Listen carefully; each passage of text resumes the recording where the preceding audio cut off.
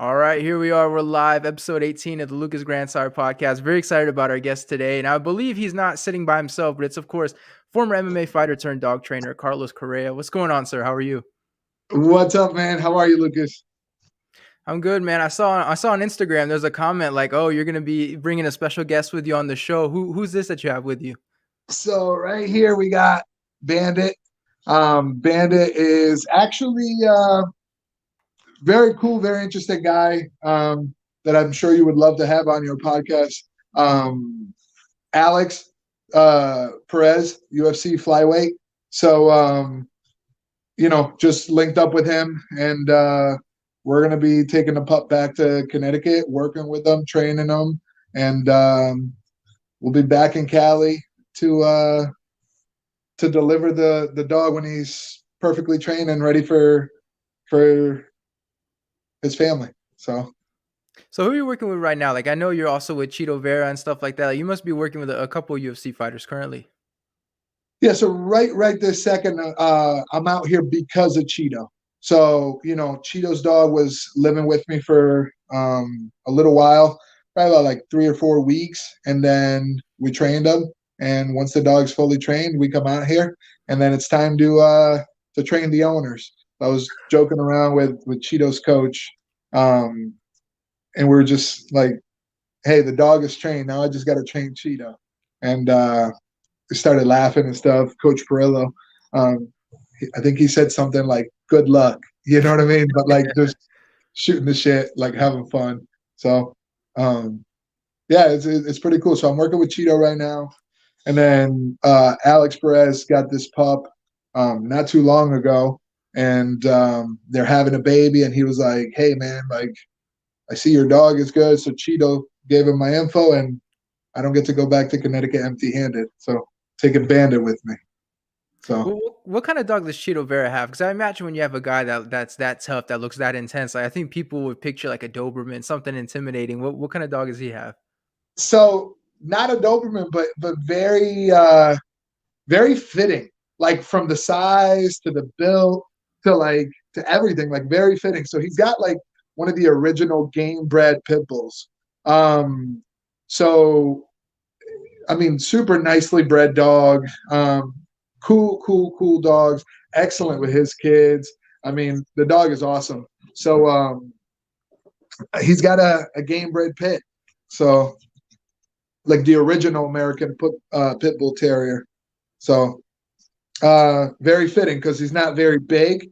He's like pretty cut up, pretty shredded, pretty, like athletic, but then he's like so chill at the same time. So it's kind of weird how it does actually resemble Cheeto a lot because that's how Cheeto is, very intense, very like anybody that's seen him fight know. But then he's like laid back dude, like just wants to chill out, go surfing, hang out, spend time with his kids. So dog actually fits him really, really well. Bandit not so much because Alex Perez is like lean and like, and then we got Bandit right here who's like full of wrinkles and everything. So, but he's a cool pup as well, man. I'm very excited. But we've gotten to work with a few. So it's been less than 12 months since I officially like reached out to anybody in the UFC and was like, hey, like I'm a dog trainer, you have a dog, let's link up. So it's been like, I think the first person I reached out to was Anthony Smith. Um, for those that don't know, I mean, I think everybody knows in the MMA community, like when his house got broken into and stuff. Um, so I was talking to my wife about like, because we just bought a house like kind of in the woods, like outside the city, a couple acres. We have some goats, chickens, rabbits, and everything. And I was like, like we should get like gun permits and everything because we're kind of like out there. And if somebody breaks in, like, I mean, I could kind of fight, but if they got a gun, like, Yeah, yeah, we're yeah, screwed. right. We're screwed. So, and then literally like a couple weeks later, so we did our course, started the process or whatever. Then like a couple weeks later, news comes out that like Anthony Smith pretty much like fist fought this guy. And I was like, whoa. And then like it was just like crazy. I'm a big fan of Anthony Smith. So I reach out. Of course, I'm sure his like DMs were flooded. So like I didn't hear back. So then I was like, hey, you know what? I'm gonna reach out to his manager, and I reached out to his coach, Coach Danny, and then Danny Molina, and I reached out to Coach Mark Montoya, and those guys put me in touch with Anthony. And I said, Anthony, have you ever thought about a personal protection dog for like when you travel and stuff? They could stay home with your family. And he's like, yes, I've been thinking about this. And I was like, well, let me show you what I got. And so we linked up and stuff. I flew out to Nebraska. And since then, he put me in touch with Macy Barber, then Cheeto, and now Alex Perez. And then there's a few other people that have reached out. And it's just kind of snowballed since. So it's pretty cool because, I still get to do what I love with the dog training, but I still get to be around something I'm really passionate about, like MMA. So it's pretty That dope.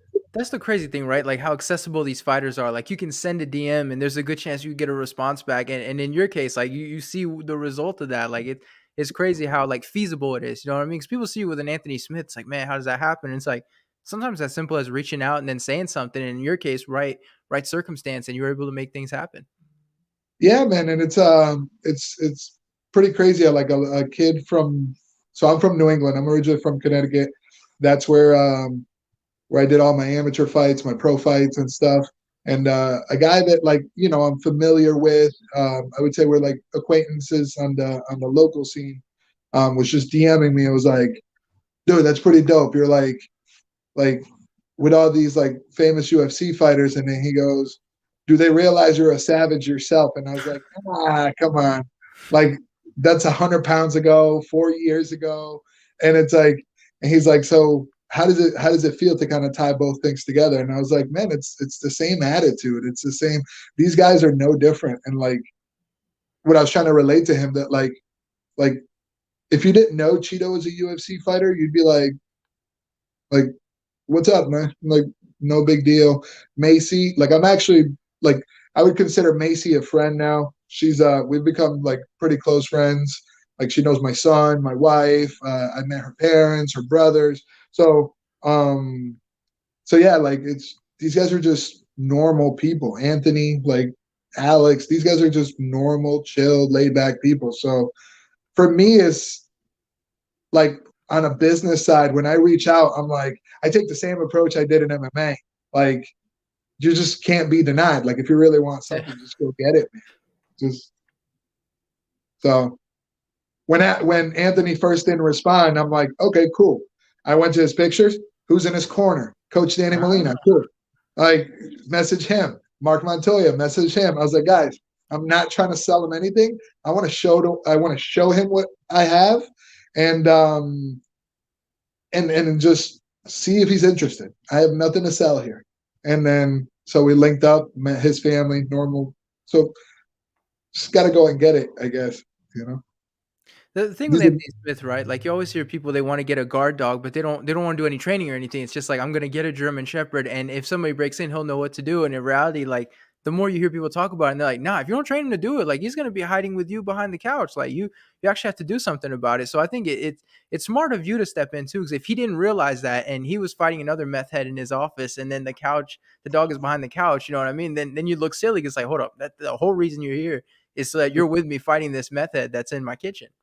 literally. So that's like saying you're going to get a boyfriend so he can fist fight the crazy drunk guy who tries to hit on you. Like not everyone can Yeah. fight, right? Yeah. So not every dog. So most of the dogs, even the dogs that I raise and train for like personal protection and police dogs, they end up washing out. And these are dogs that were like bred for this, like generation after generation, and the proper training, the proper, and even still, when push come to shove, these dogs won't fight for real. So I hear a lot of time like, oh, I got a German Shepherd so he can protect the family. And I say, 1,000%, like he will bark at intruders, and 99% of the time, that'll be enough. In Anthony's case, if that guy didn't run away when he saw Anthony freaking Smith, like come out of it. Like he ain't running away for a German Shepherd that's just sitting Yeah. there barking. So you really need like it takes a special dog, and that's what I showed him, and we're gonna be working together soon. So So what did Anthony Smith end up going with? I assume a German Shepherd, or was there another breed that sort of tickled his fancy in this case? so I brought out a demo dog that I had, Sam, and I'm actually gonna post. I have a video that of Anthony interact. So you were saying about, oh, thank God Anthony, like I reached out to Anthony because like to inform him that not just any German Shepherd could do the job. Anthony's best friends, if you've seen some of the embeddeds and stuff like that, with the local sheriff department in Nebraska. So like he's surrounded by like all canine guys. So Ah, it yeah. wasn't like there's a lack of knowledge Right, or right. so it was actually pretty cool for me to know that the dog that I brought up, because like as soon as I brought him out, he's like, dude, do you care if like head of whatever department, canine department comes out and this guy and that guy, whatever. So he brought out like a few guys, and I was like, well, like I think my dog is good. Let's see what they think. Right. And every single one of them had like high praises about the dog. So it was kind of like a cool little pat on the back to myself because I was like, okay, well, these are real police canine guys out here, and they all love the dog. So um, probably going to be giving Anthony a son of that dog that I showed him. So We it's a talked. Belgian Malinois. To There answer we go. your question. There you go. I was curious, but I've heard good things about those dogs, but I've also heard like if you have them as a pet, then just go ahead and give them back where you came from because that's not what they're meant for. Yeah, man, you don't. Most people, I don't want to say you don't, but like most people don't drive uh, a McLaren as a daily. You know what I mean? As a daily driver. You know what I mean? These aren't like and if you do, then you don't mind the $1,000 oil change. You know what I mean? Because it's just you're at that level.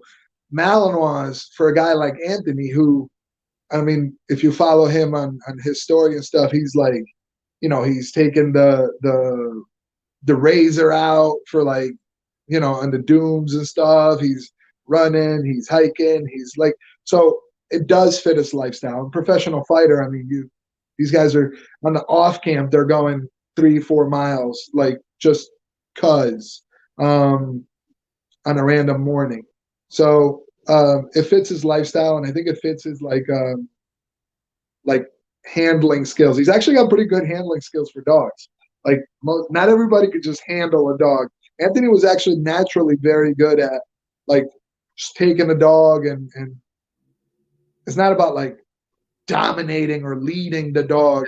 It's like, can you feel it? And he had a really good feel for it. So he'll be a good personal protection handler one day when we get him his pup.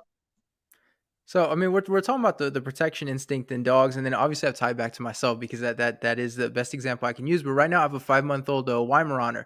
So if you know anything about the breed, like protection, not protection, but they're aloof with strangers. Like they'll be the first ones to try to jump through your door if there's someone. And his thing is, I guess his voice dropped, and now when he barks, if you don't see him, you're picturing like what is this, a gigantic mastiff, and then you see this puppy barking at you, but he's super intimidating when he does that. But the other day, one of our cats was chasing him in the backyard. So it's kind of like he plays the part well, but then you put him in action, like it ain't gonna happen. So it's crazy, like seeing once you actually put something in action like that, it's a completely different scenario. Yeah, man, and you got to figure. So, like for example, like the breed has a ton to do with it, and within the breed, there's well-bred dogs and badly bred dogs. Um, and even the well-bred dogs don't have it in them. Like I can't stress that enough. So, but at the same time, like so, for example, you bring up a conversation that I just had with another trainer the other day. A lawyer hit me up and he says, "I want a personal protection dog," and I said, "Okay, well, tell me about why and stuff, whatever." So he's a really, really good friend of mine. His son was like two-time world champion teen in Muay Thai.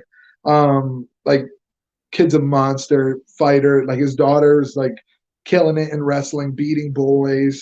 and jujitsu and all this stuff. And I'm like, you guys are okay. Like, I mean, like, is there Right. anything I should know about? And then, and he's like, man, she goes for runs a lot, like to stay in shape. And like when she leaves, I don't want to be like, hey, like I want to come with you. Like she wants to go by herself, but I want her to have a dog.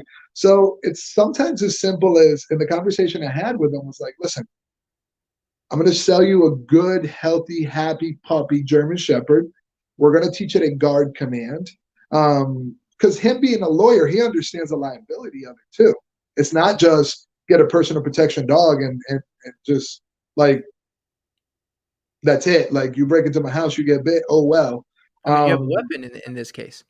it's a weapon. It's a loaded gun.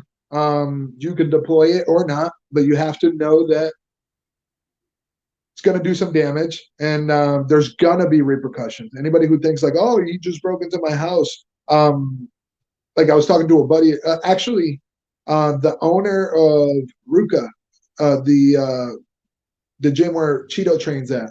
We were talking personal protection dogs and stuff, and he goes, "Well, if somebody breaks into my house and my dog bites them, can I get sued?" And I said, "Absolutely." That's the craziest nonsense, but yes, you're going to get sued. Like it's it's the craziest thing.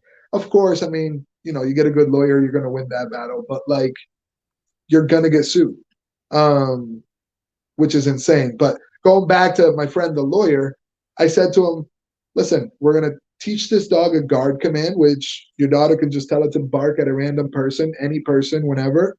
And anybody that still pushes through that dog, like guarding, was going to get you and your daughter anyways. They would have shot the dog. They would have. So like, all you really need is a guard command, like a barking command.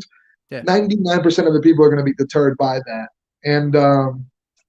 And he was like, good enough for me. So we're not going to actually teach it personal protection. And I was like, we can. We'll see when the dog gets older and stuff. But like, all you really need is this guard. That's it. And to your point, somebody's trying to break into your window and they hear your dog. They don't know it's a Weimaraner. They don't know he's 5 months. That should be enough. I forget what the college was. I want to say it was like Tufts University, which is like the number one vet school in the country. Did a study, and it was like 89% less likely to have your house broken into if you have a dog, any color, shape, or size. Like 89% less likely to get broken into. So I'll play my odds. I like those odds. Do you have like any particular breed? Like if someone asks you like they need you for training and they're like, oh, this is the breed I have, you start sweating a little bit, like, okay, like this one's gonna make me work for it. Cause now I mean, the facts are some of them are easier than others, others are gonna be more difficult. Do you have that one where it's like, all right, here we go, like I'm gonna have to earn it on this one? Yeah, and as a former fighter, people are gonna be like, "Come on, dude, really?" A breed that I'm not in love with. I'll say that. I've yet to meet a super, super, super like awesome Shih Tzu. Like Shih Tzus, man, they're tough, man. Like they don't like treats, they don't like affection. They just want to be left alone. Half of them are jerks. The other half like is like tough to potty train. So Shih Tzus, I would say, man, it's like, ugh. And my little cousin, I gave her a Shih Tzu for her birthday when she lost her dog. Um, her dog passed away, and she was sad. And a few months had gone by, so I talked to the parents. I was like, "Listen, I want to buy her a puppy," and I got her a Shih Tzu. I don't know why I did that, but I did. That's what she wanted, so we got her Yeah. that. That's the funny thing. Like people with fighters, they always picture like everybody's got like a Rottweiler or something like that. Like I talked to Mouse Johns where he breeds golden doodles, and he's like, "Yeah, everybody thinks I'm working with pit bulls and stuff." And then I tell him golden doodles, and you see sort of the question mark. But it's like it doesn't have to always be as intimidating as the person himself. Dude, so shout outs to him because he's actually got some really nice golden doodles. He probably doesn't know who I am, but I saw, I think it was like an embedded or something. So of course, me being like MMA guy, dog guy, I'm like, That's that's my perfect. man. Like Yeah, I'm gonna that follow is. him or whatever. So I started watching like some of the stuff that he's doing, and I mean, it seems to have some really, really. I can't say I've ever like been hands on or whatever. And I should probably reach out because I think he's in California now. I want to say he's in Texas because he's with Fortis, but with these guys, Yeah, you're right. yeah, I believe it's Texas. Yeah, Yeah, it's somewhere nice and warm. right. Um, and but yeah, he's got some cool dogs, and props to him. I mean, guys like him, Cody Garbrandt, Cody breeds the bullies. Um, there's a couple of guys. There's a couple. Anthony Johnson too. I believe he's still doing it. Yeah, so I think he's got pit bulls, right? If I'm I not mistaken. want to say bullies. 'Cause I think at one point people were giving him shit because he was like cropping their ears. So I guess everybody came after him for something like that. So now he's become more private about that kind of stuff. But yeah, I'm pretty sure he works with French bulldog stuff like that. Anthony Johnson had a big operation at one point. I don't know where he's at with that anymore. Yeah, I'm sure. Listen, I'll speak for myself, but I think I speak for everybody else too. If you're truly a dog guy, man, like it doesn't really ever stop. Like you'll cut it back and you'll slow it down, but like Cody will always have his bullies. Anthony will always have his dogs. Like, you know what I mean? It's just you can't go without dogs, man, if you're truly a dog guy or girl.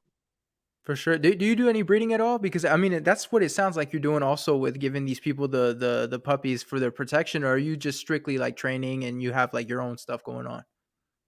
Yeah, so a few years ago I said, it takes like we talked about earlier, it takes a specific dog to kind of do the job. I said, well, why search everywhere for these dogs? Why not?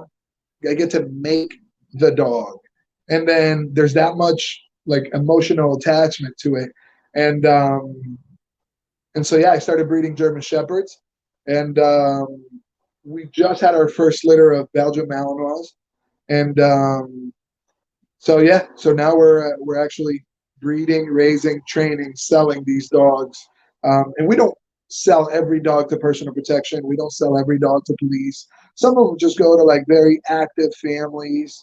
Um, but I always preach like get some training, obedience training, like get these dogs to listen because it's a it's a high energy, high drive dog. So get them trained. But yeah, so we breed shepherds and Malinois as well. The high energy thing you mentioned is crazy. 'Cause obviously, with the dog I have, it was originally meant for hunting, so it's high energy. Like, there's good, qualities. Like the fact they're so smart. Like, you can train them easier, but they're also smart enough. They figure stuff out, like how to get out of the crate, and they push the boundaries just because they can. So it's like it's crazy. You can use the drive for a good thing, but at the same time, you have to know like when to sort of pull back. 'Cause it's like okay, they're a little bit more smart than I give them credit for. Yeah, like working breeds, for example, like yours. Yours is a working breed. No child ever gave himself the job of I'm just gonna go clean the entire house and stuff. Like if you don't give like a puppy that was bred for a purpose a job, they're gonna go give themselves a job. And I promise you, it's not gonna be keep the house nice and tidy. You know what No I way. mean? It's like I hear a mouse behind the sheetrock wall, and they're just gonna like dig a hole in the wall try to get the mouse. Or if you have like a protection dog, I see the mailman is approaching the house, and I'm just gonna pounce at the window and destroy the wood trim. Like they're giving themselves these jobs because like you're not fulfilling the inner need. So they'll outsmart the owners most of the time. The crazy thing too with the exercise, like everybody's always saying, like they need to go for long walks. I found with mine, he's only 5 months old, but walking does nothing. You might as well. It's stretching because all you do is you bring him back and you get the zoomies for an hour. So it's like if he's not running, it's just crazy. Like you hear the theories and then you have one, you're like, hold up, like nah, I'm gonna have to adjust because that it's not as simple as people make it out to be. It's crazy, man. So like for a dog like yours, I mean, these guys are like if you were a hunter and you were gonna take them out, think about this. Like, so what's an average walk? Like 30, 40 minutes? Yeah, Right. So if you're an avid hunter and your dog is pooped out after 30, 40 minutes, that's the is that a problem. good dog? Yeah, You know what I exactly. mean? That's a real problem. So these guys are meant to go, like, go, go, go, go, go. And physical stimulation is good, but mental stimulation, for example, like, so I'll cover some stuff on here, but then I'll send you some more stuff on like PMs and stuff that you could do with your dog, like mental exercises, like puzzles. Like there's tons of puzzles you can, like, even how you feed your dog. Like you can take, say, like a peanut butter cap. You take that, take a bunch of those, and say you're going to feed your cub 2, 3 dogs of food. Spread them out into all these caps and hide them all over the yard. Send your dog for a hunt. We're doing a podcast for an hour, 2 hours. Your dog's outside hunting for his food, but like it has to use its nose, it has to use its brain, it has to think, it has to troubleshoot, and then comes back inside. And I was like, "Whoa! I just had to go hunting," rather than I was just out on the yard for an hour or two. So things like that. For sure. I want to talk about your work a little bit with Macy Barber, but before we get into what you did specifically with her, I want to know what she's like outside of the cage because I'm pretty good at interviewing prospects and stuff. And Macy Barber is one that slipped through my fingers, so I haven't had a chance to talk to her. But what's she like outside of the octagon? Because I know people have pretty strong opinions about her, but it doesn't seem to me like she's as polarizing, I guess, as people are making her out to be on social media. So, like I said earlier, I mean, now I would consider her a friend. So partial bias there, disclaimer there. But and I'll put you in touch with her. She's like the chillest person, dude. Like I told her, so obviously everybody knows about like her previous, I guess you could say, because it's kind of like dead by now. But her and Paige didn't like each other. They called, like, she called Paige out a few times or whatever. And so one of my buddies fought at Bellator, and so we're watching the fights and stuff. It's actually one of the guys that I was managing at the time, and Paige was there with Austin. Austin had fought in the prelims and stuff too, and my buddy said, "Hey, can you take a picture of me and Paige?" And I mean, we were sitting like 3 seats net, like there was like 2 empty seats, and then my buddy and then myself. So I was like, "Yeah, I'll take the picture." So he goes up and he asks her for a picture, and she pretty much just like, nah, like just very like I understand like her man just fought and they were kind of hanging out, but she was very like, nah, hanging out with my man, like, you know what I mean, very like. So I was like, whoa. So knowing that, and knowing that her and Macy had this like feud, beef, I guess you can say, or whatever the hell it was. I remember the first time I get out to Wisconsin, where Macy's at, and I said, "Okay, cool." So I'm boarding my plane, and she messaged me, and she goes, "Hey, just so you know, like I'm not gonna be here for the first 3 days." And I'm like I'm flying to Wisconsin to train your Right. dog, and I'm thinking like, here we go. She's gonna be a freaking diva, like just Yeah. train my dogs and then like give them back to me when they're ready. And she didn't really like elaborate on what she was doing. She goes, "It's a really good opportunity. Would you care?" And like, who the hell am I? Like, I'm like, no, of course, go ahead. Like, you know.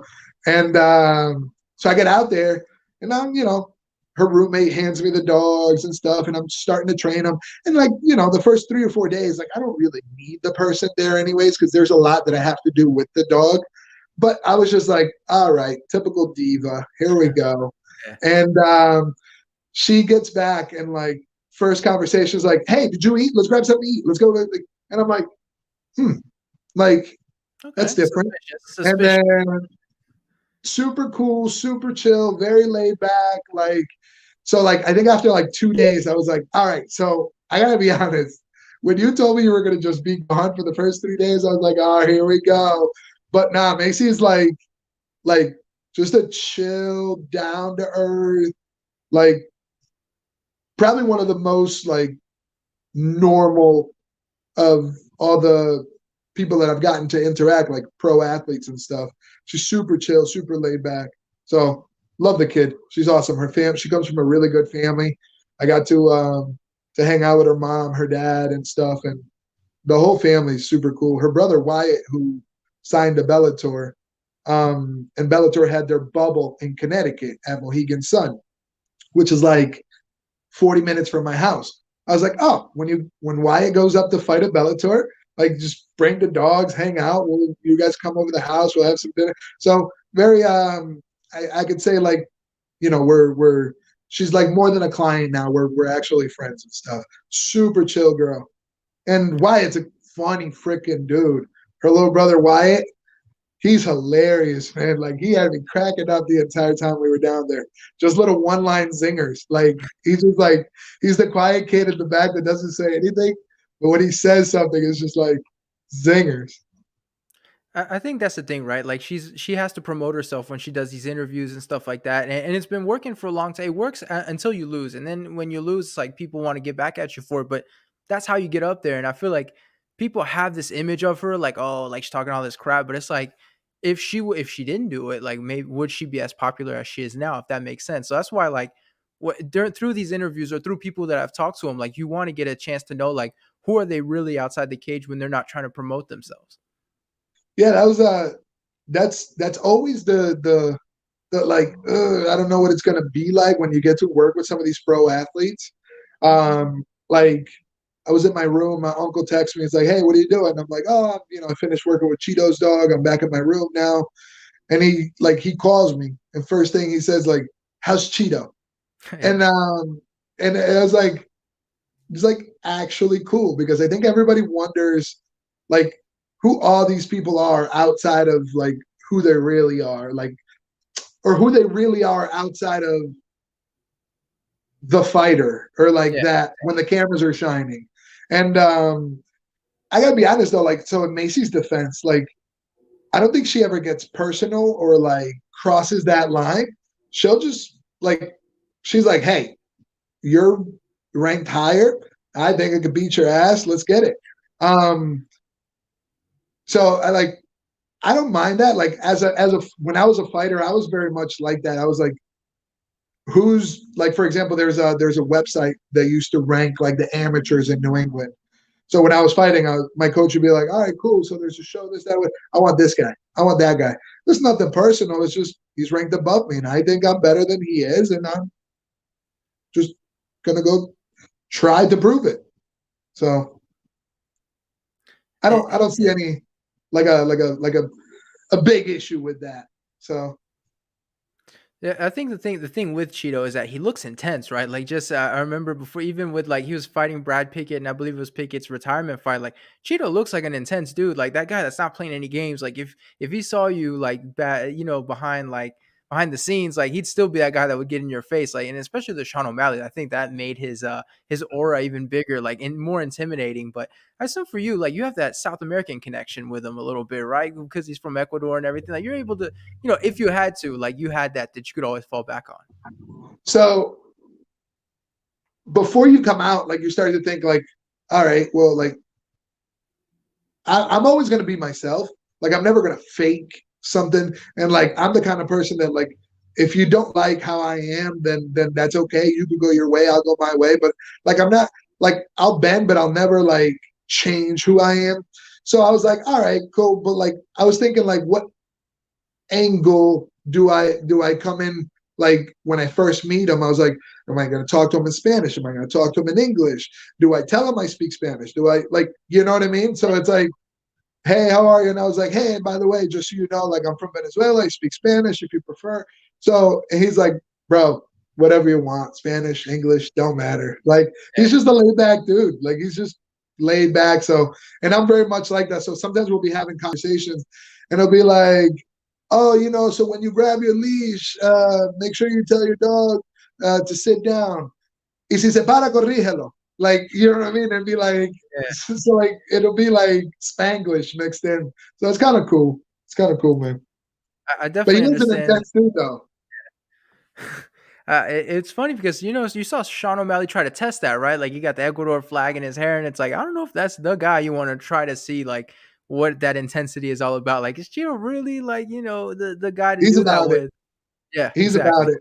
Like I could see, and I mean, we haven't experienced anything like this, but I could like from getting to see him daily, multiple times a day now for like over a week now.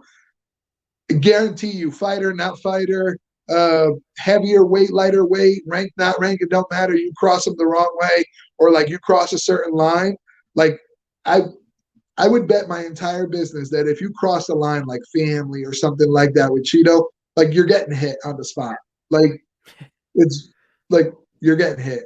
So is he and he wants like I was talking to Alex Perez about this, how like so because a guy that trains at Oyama that's good friends with Alex was in the corner of my last opponent. And he's like, "Oh, there's a guy from Connecticut here," and I was like, "Oh yeah, he cornered my opponent."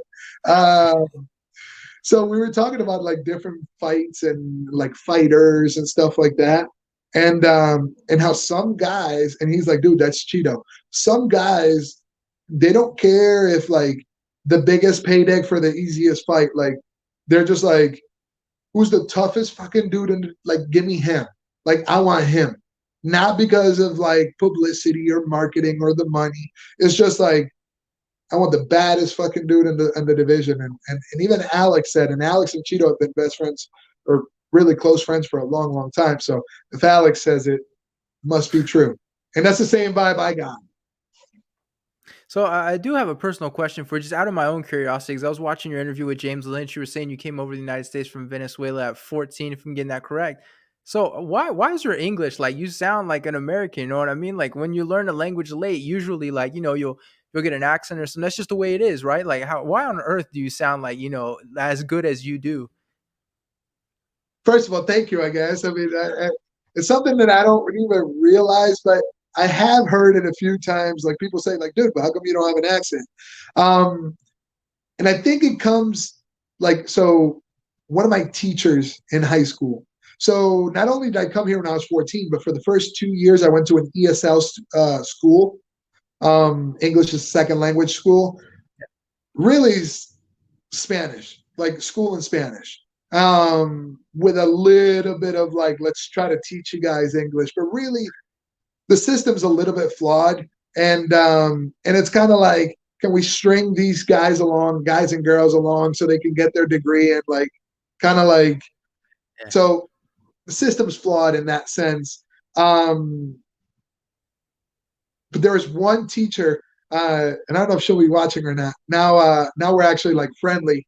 Miss Rotatory, she um, she said to me, "Hey, listen, like your English is pretty good." And all my friends, like, because I was always into sports, so like I was a swimmer, a tennis player, soccer a little bit, martial arts, and so like all my friends spoke English, but I had like a super super heavy accent.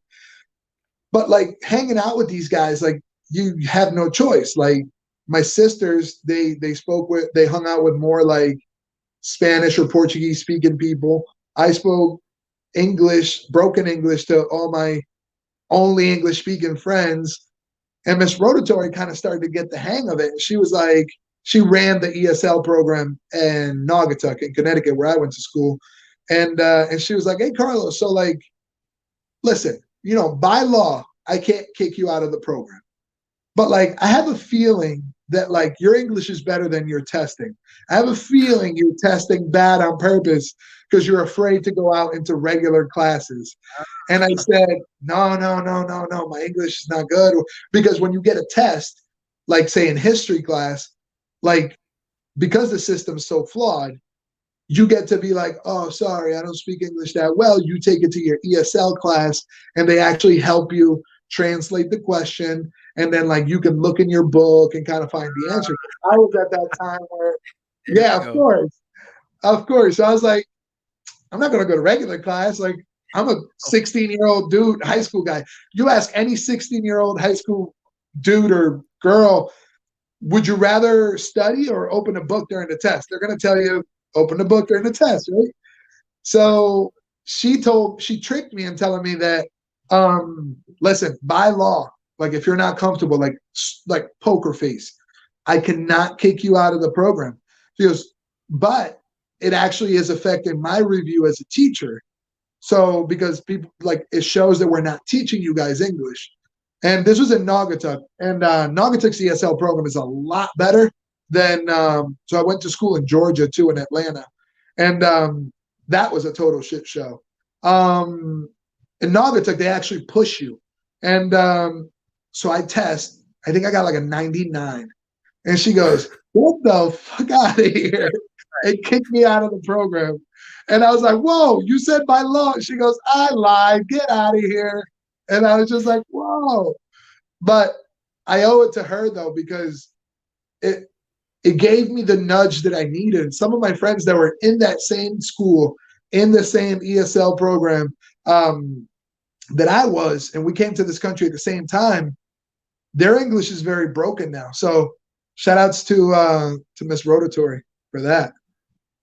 It's crazy, right? Learning like even the accents and stuff like that. It's crazy how that works. Like some people got it, some people don't. Like look at me for example. I'm a bilingual myself, but if I'm talking like this, you don't hear it. So that's why I was kind of curious how you learn. 'Cause it's like some people can pick it up in a way where they're bilingual and you'd have no idea, and others where you definitely hear the fact they're bilingual. But I feel like I mean, it's a skill at the end of the day, learning another language.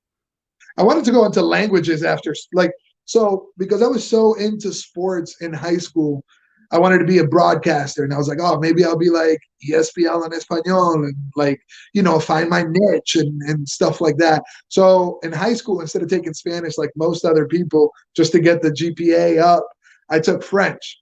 And so, like, I was always into languages and I picked it up pretty good. Um, and then one thing led after to another, one thing led to another, and ended up not going to college, not going into languages, and found my passion with the dogs and MMA, and here we are. It worked out for the best, but that was the plan originally. What's your first language? It's French. It's French, actually. That's why you Oh mentioned man. taking French, and it's like that's my department right there. Yep. So So I won't say anything to you because it'll sound chopped up. Talking about 3 years of high school 15 years ago. So um I mean, let's you not you do it. say that you did the same thing for me in Spanish because I was in France for college not too long ago, and I had to take Spanish, and yeah, I'd never taken Spanish in high school. I took French. I cheated, right? Kind of like you did with your ESL. Like, all right, I'm better than the teacher. I might as well collect my easy A. And I was so bad. Like, the teacher, she was from Spain, and one day she took me aside. She's like, I can't do this anymore. Like, I just can't. Like, I've never had a student so bad at Spanish, and it's like, she's like, and you're bilingual. I know you can do it, and it's just so it was just like it's a similar situation a little bit. Like the teacher is like, you are so frustrating. It's like, damn, sorry, like I'm already bilingual. My What are you bad. talking about? Yeah, yeah. So what did you go to school for, journalism? I don't mean to interview you or anything, but Oh, hey, this is the podcast, the place. No, I went for the super interesting world of marketing. So that's why, like, you cool. got business questions, like I'm your guy. You see, we plug each other's holes like that. So, huh? See it, man. And now, speaking of business, I mean, to kind of segue from one thing to the next, like I was always like, I posted something on my Instagram the other day that like I was the kid who every year I would have like W-2s in America. I don't know if you're familiar. It's like what you get at the end of the year to do your taxes and stuff. So I would have like 4 or 5 of those every single year because I couldn't keep a job. Um, I was miserable. I refused to just like settle. And so both of those things together, not being happy, refusing to settle, and not knowing what you like to do equals you're going to bounce around. Um, so I got crapped on by my family quite a bit, and family, friends, like I said on the video, my in-laws, my mom, like, dude, can you settle down? Like, and find a job. And I didn't until I found my passion, man, dogs and MMA. And even in MMA, when I was fighting, like I didn't have a manager. My coach kind of like booked all of our like fights and stuff. Um, he always took like super care of us. Like he took really good, like Coach Rob, Coach Sip, Rob. He's a friend of mine, but he was my coach. He always took really good care of us. But I always felt like, man, like we're not making a ton of money in MMA. Like, why aren't these guys like making themselves money? Like my amateur debut, I made 3 grand. Just went out, hustled, got sponsors, made shirts, sold them, sold like 150 shirts. Like like just I'm like I'm 0-0 and I just made 3 grand. Why are these guys pros fighting for 6 and 6, 600 and 600? So like the business side of things was always like, man, like what are you guys doing? And that's kind of how I fell into like managing a few fighters because it started with my best friend Dan, badass fighter, but he fights at 45. He's actually fought as low as 35 before. Um, but if like a welterweight says like I want to fight Dan, like he'd be like, sure, like let's do it. And I'm like, dude, that's up 3 weight classes for chump change. Why would you do that? He goes, why not? So because of him, I kind of got in like my foot into like the business side of MMA, and I started like, how about this? You show up, you fight. I'm going to manage you. I'm going to dictate who you fight because you can't turn down a fight for the life of you, and it's affecting your record. Like if you want to make it to the UFC, like you can't just fight up 3 weight classes. So with him, and then a buddy of mine, Jesse Kazakowski, he started working with him, and then he put me on to like a couple of other guys and stuff. And now I have like a pretty good roster of MMA fighters that I help manage. And it's not because like I want to be like Ali Abdelaziz or anything like that, but it's coaching these guys and showing them there's a business to it. It's not just the biggest baddest guy that always makes it.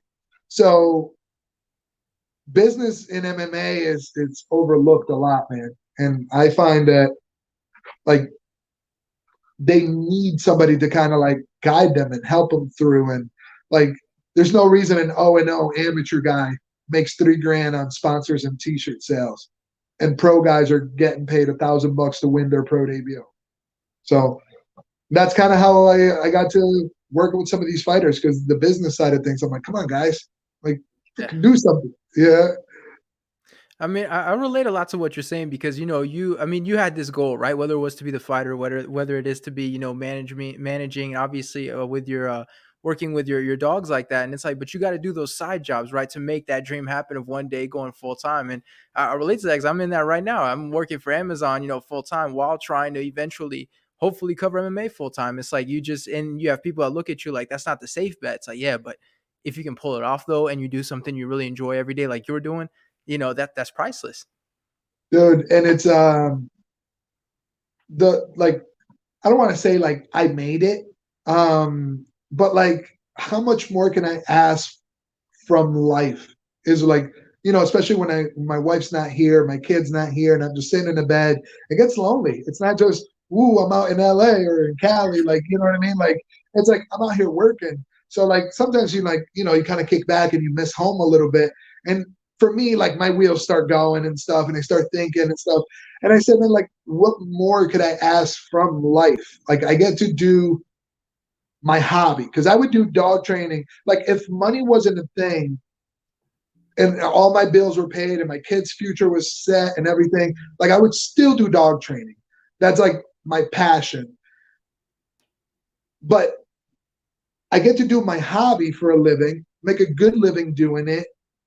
I get to kind of intermingle the MMA passion of like, like when I was talking to Cheeto about some stuff, his wrestling coach was showing a move, and I'm like, I'm training the dog, and I'm just like this. I'm like, whoa. Like he goes, oh yeah, if the guy goes for like the Uchimata, like you just pretty much like run the pipe with your leg. So it's like you're running a single with your leg.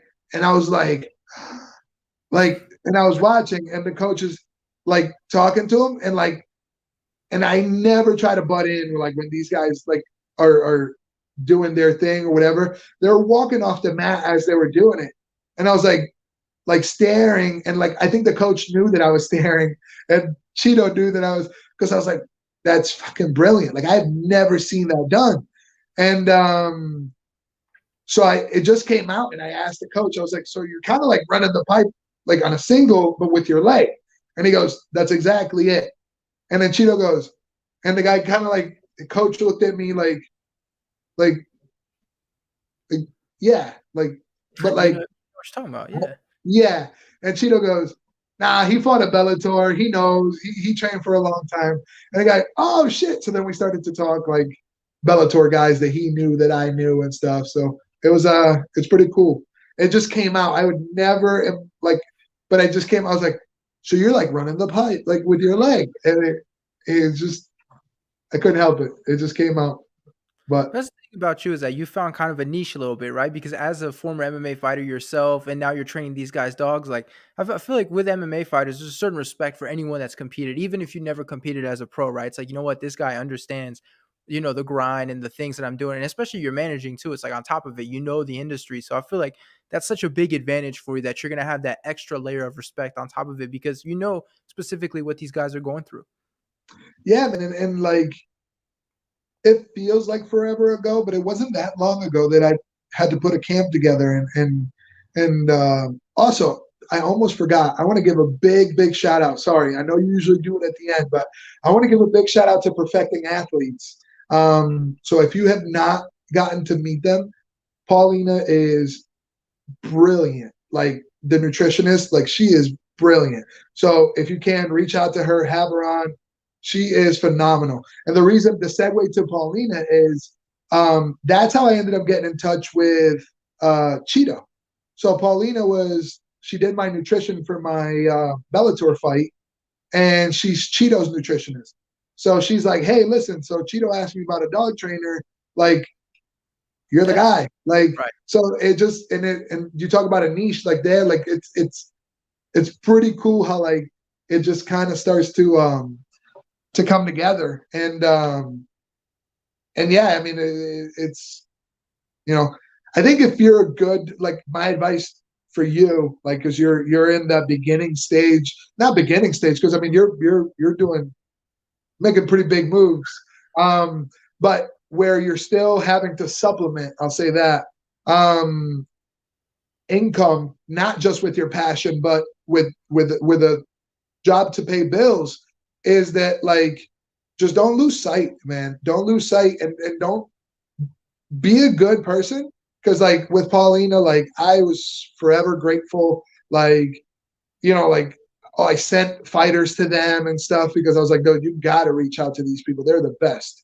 And so like without ever looking to cash in on a favor. And now they put me in touch with Cheeto, and they put me in touch with Alex, who then like there's a couple of people that I've been talking to at Team Oyama. We're gonna be training their dogs too. So just be a good freaking person and just work your ass off, which you are doing. So keep doing it. What's the goal for your business? Are you looking to be like anytime an MMA fighter like has something with their dog, like you're the guy, like people always talk about celebrity trainer, blah blah blah. Like, are you looking to be the MMA guy specifically for dogs? Like, someone mentions a dog, it's like, hold on, we have an MMA guy in the industry that's specifically there for that. It didn't start like that. Yeah, And when I started, so the short answer is yes. That is the like my angle, I guess. But it didn't start like that because when I first decided, like, all right, I'm gonna give dog training everything. Um, it was kind of a rough go because like dog training was taking off, but like I just fought a Bellator and I won, and I talked to the people and they're like, dude, we'd love to have you back. And I mean, not because I was like a big talent, but because I sold like, I don't know, $15,000 in tickets and merchandise. I had like 2 full sections of the entire arena rocking my shirts. So like, of course, I put asses in seats. That's why they want to have me back. But again, that's the marketing side of thing. Like you have to put asses in seats. Well, this kid just won. Yeah, we'll have him back. So they wanted to have me back. And again, I'm always very realistic and I keep it real, even with myself. Not because I'm the next AJ McKee, but because I put asses in seats. And I had to make a decision like, do I follow? Because I mean, yes, they're only giving me the opportunity because I bring people, but like at the same time, like the door opened, I stuck my foot in, and like now my foot's in the door. Like now it's up to me to go out there and perform and get that big contract. So just getting my foot in the door was good. Now I stuck my foot in, like I'm in. Like you're not shutting this door on me. But yeah. at the same time, it was like dog training was like taking off. And I was like, time to make a choice. And so I actually just quit on MMA. Like I gave it up because I said, I think I'm that good. I think I can make it to the UFC. I think I can make it to Bellator. Like big show, big money. But one injury can take it away, and the injury could happen with anything outside of your control. So I said, you know what? I'm going to go with the sure thing, or the more of a sure thing. And I had just recently gotten married. My wife's a beast, and she was like, "Hey, we'll wait till after your Bellator fight so we can go on our honeymoon."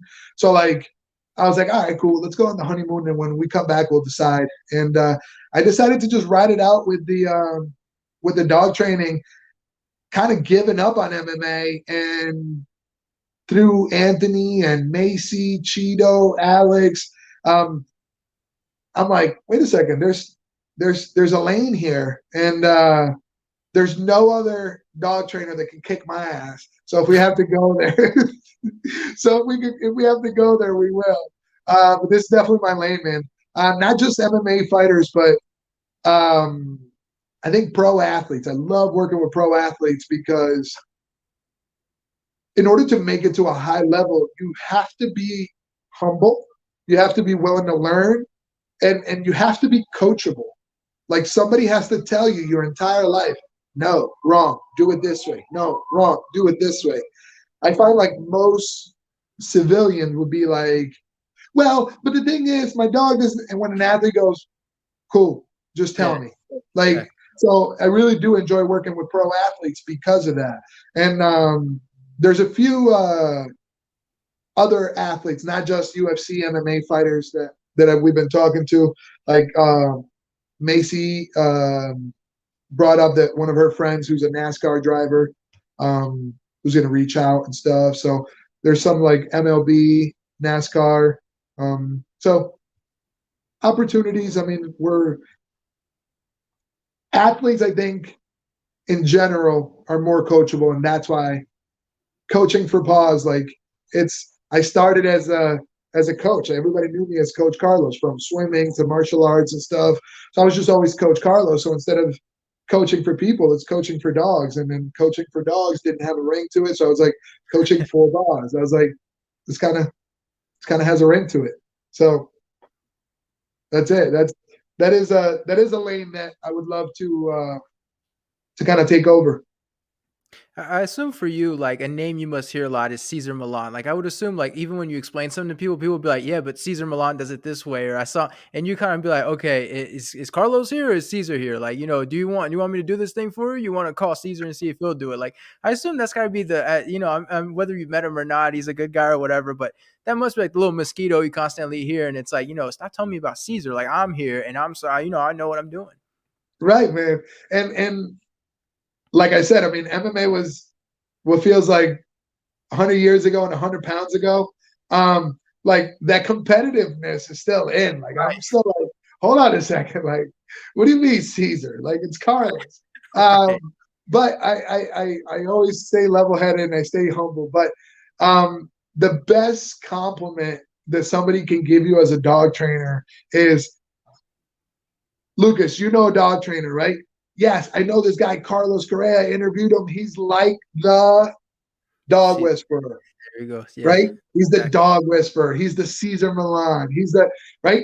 But nobody goes to Scott Coker and says he's the Dana White of Bellator, right? Exactly. Nobody Yeah, does that. That's a slap on the face. But exactly. you take it with a grain of salt, man. And I take the compliment. I don't take it, but it is that mosquito, like you said. And then listen, Caesar used to be an illegal immigrant, as was I. So I feel his pain. When we first came to the country, our visas expired, and we had to make a choice, like stay here illegally or go back to Venezuela and like risk getting like killed. Um, so we just took our chances and we're like, well, it is what it is. And I mean, obviously now we're here legally. We pay uh, lawyers and stuff. From day one, we've always like done it the legal way. But the truth of the matter is, when Caesar tells his story, I can relate to it a lot.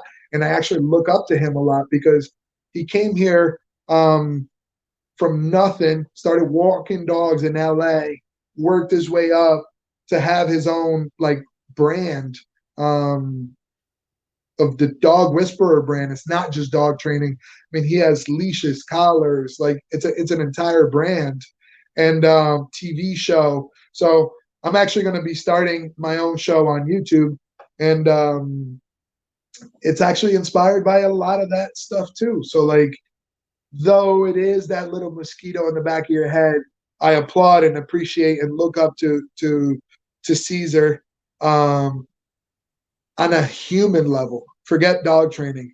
Just a lot of times, thing that bothers me is, well, there's no jobs out there. Well, there's no well, uh, media, MMA media isn't paying the bills. It's like, sure, like, go get your money, like, go get it, go, like, that's my mentality, like, go grind, go get a job at Amazon, and then book an appointment in your off time. Oh yeah, but then, well, then you don't want it that bad.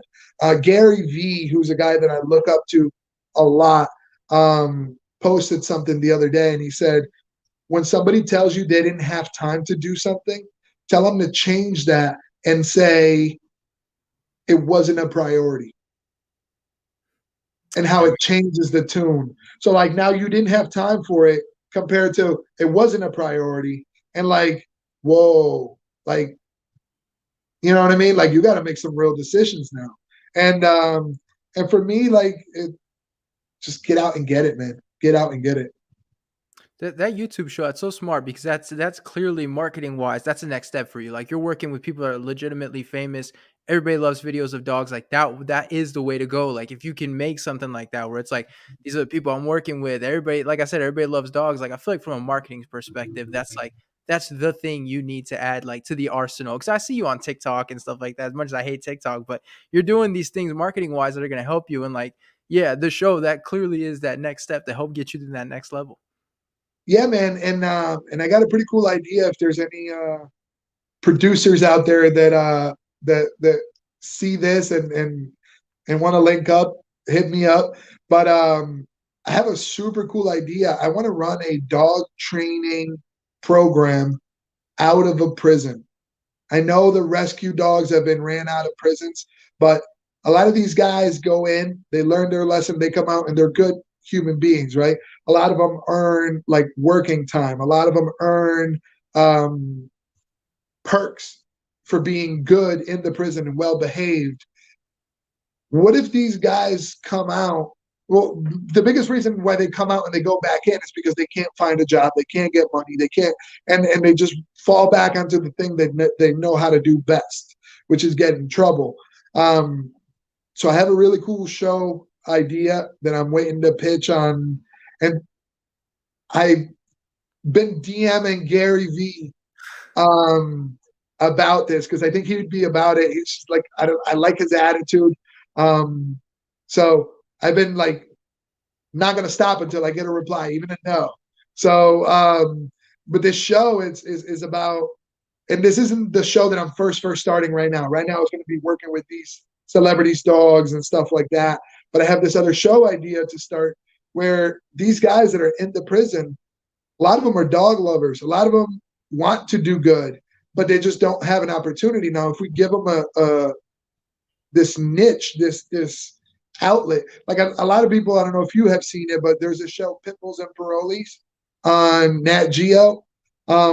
It's a rescue that takes on these parolees and kind of gives them an opportunity. Not just an opportunity, I want to give these people a career. Like, if you're a good dog trainer, you're a good trainer. Like, I don't care what certification you have or you don't have. Like, show me you could do it and I'll give you an opportunity. I don't care about backgrounds or anything. And obviously there will be a lot of screening and all this stuff. I mean, but that's for the production team and logistics of the show. But that's my goal, man. I think my ultimate like dog whisperer show would be to run a training facility out of a prison.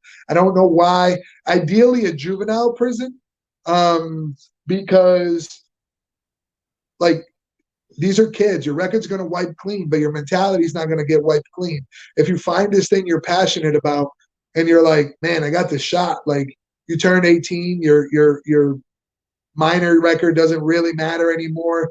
Like, make a life for yourself. And if you don't want to train celebrity dogs, don't. But like, you can make a good living being a dog trainer. So I think that's talking about like the ultimate goal is to have my own show and within the show still be able to help out, man. I feel like this is a good place to wrap it up since we have, the ultimate goal and everything after hearing about the journey. So you know how it ends. You mentioned it. That was your smart way of saying you did watch the podcast before, but I'm sure you have a ton of shout outs, a ton of stuff you want to plug. So if you'd like to do so, now would be the time. Man, so first things first, I got to say thanks to my wife, man. She holds it down. So I have a 15-month-old at home, Caleb. Love you, bud. And I have a pregnant wife at the same time. So she's due in June, and we have a 15-month-old running around. My house is under construction. My father's a contractor, so he's doing all sorts of remodeling to our house.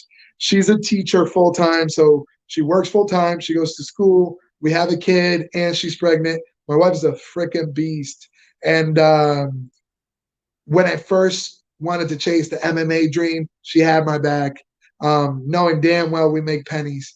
And then when I wanted to quit my job and open a dog training business, and I had a good job at the moment too, she had my back, and here we are. So if it wasn't for her support, big shout out to my wife, Casey. She's my backbone, man. I love that girl to death. My family.